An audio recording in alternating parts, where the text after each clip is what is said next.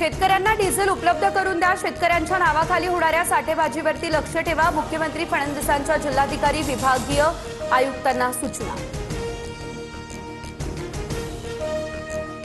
देशभरात पेट्रोल डिझेलच्या दरात मोठी वाढ, तर पेट्रोल 87 पैसे आणि डिझेलच्या दरात 91 पैशांची वाढ।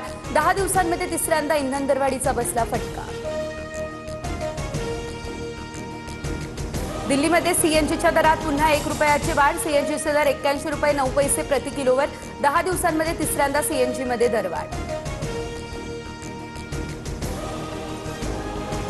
राज्यात अनेक जिल्ह्यांमध्ये इंधन टंचाई। वाशिम, जळगाव, हिंगोली, बुलडाण्यामध्ये पेट्रोल पंपावर डिझेल नसल्याचे फलक। वाहन चालकांना नाहक त्रास। शेती कामांना डिझेल नसल्यानं शेतकऱ्यांमध्ये चिंता। चेंबर ऑफ ट्रेड अँड इंडस्ट्रीजचं पंतप्रधान मोदींना पत्र। पेट्रोल आणि डिझेलला जीएसटीच्या कक्षेत घेण्याची मागणी आणि त्यामुळे पेट्रोल आणि डिझेलच्या किमती 15 ते 20% कमी होण्याचा देखील अंदाज। कॉक्रोच जनता पार्टीचे संस्थापक अभिजित दिपकेच्या छत्रपती संभाजीनगरमधील घराबाहेर पोलीस सुरक्षा तैनात। अभिजित दिपकेला सोशल मीडियावर धमकी दिली, त्यानंतर पोलिसांचा बंदोबस्त। घरासमोर सीसीटीव्ही कॅमेरे देखील लावले। कॉक्रोच जनता पार्टीचं एक्स अकाउंट हॅक करण्यामागे केंद्रीय गुप्तचर यंत्रणेचा हात, तर देशातील जनतेच्या उद्रेकाची माहिती आयबीने केंद्रात दिली।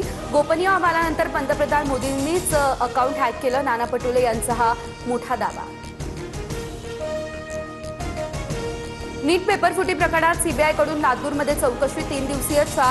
3 दिवसांमध्ये 4 डॉक्टर आणि 3 विद्यार्थ्यांची सीबीआय चौकशी। सीबीआयचे अधिकारी आणि पोलीस अधीक्षकांची महत्त्वाची बैठक।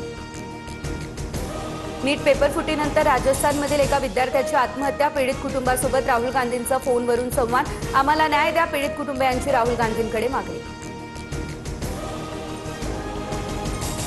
मांद्र्याच्या गरीबनगर या भागातील अतिक्रमण कारवाईचा अध्याय संपला। 500हून अधिक झोपड्या जमीनदोस्त। 200 टनांहून अधिक ढिगारा हटवण्याचं काम या ठिकाणी सुरू।